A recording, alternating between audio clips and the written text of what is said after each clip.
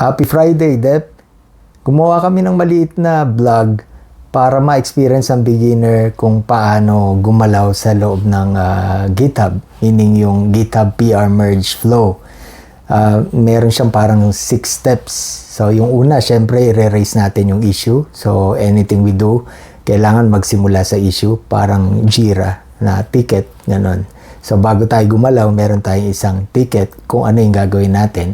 Pangalawa, of course, i-clone natin yung GitHub repo, yung pinaka-code base from GitHub to our local machine. So, yung ikatlo is yung gagawa tayo ng sarili nating branch. Kailangan nating ma-isolate yung feature na gagawin natin o yung code na ating idadagdag.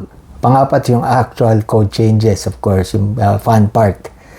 At panglima, pag ready na tayo, na-test na natin lahat, of course, i-request na natin yung ating PR submission or pull request submission para ipasa yung gawa natin and to merge it into the main code repository or yung code base.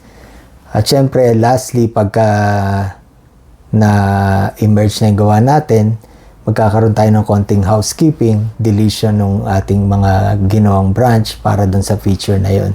So, lahat to nakasulat dun sa ating blog na nasa link sa ibaba.